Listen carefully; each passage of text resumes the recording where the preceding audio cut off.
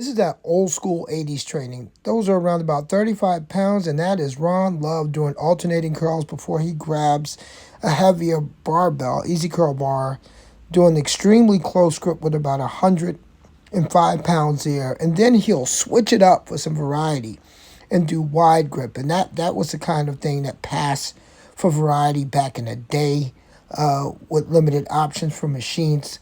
And you could see him using a much lighter weight there to keep the blood pumping in his arms. That looks to be around about 20 pounds.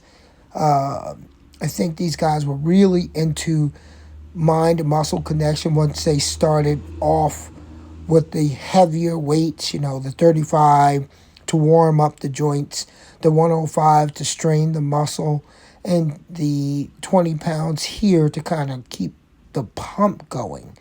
A lot of people consider these to be garbage reps. You have a lot of smart people who believe more in the heavy-duty style of training, and that works for them, and they really enjoy that. But I think back in the day, many of us kind of used the gym as a place to find a zen-like spirit within our souls, and just to feel the blood pumping made you feel like you were doing something. And Ron Love was a formidable bodybuilder. He was really good at it. So I would never minimalize his efforts if I were a lot of people.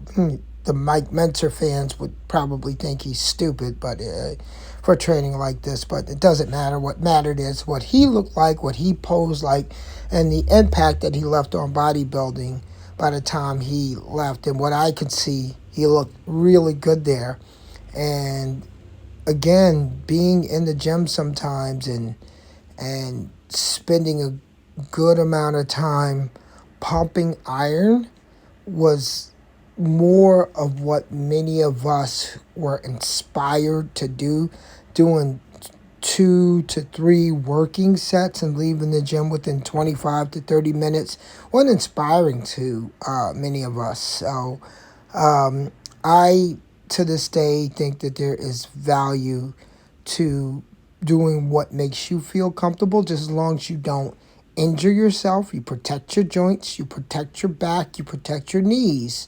And if you spend 20 minutes in the gym or 2 hours in the gym, just as long as you look and feel better than you did before you started is all that really matters.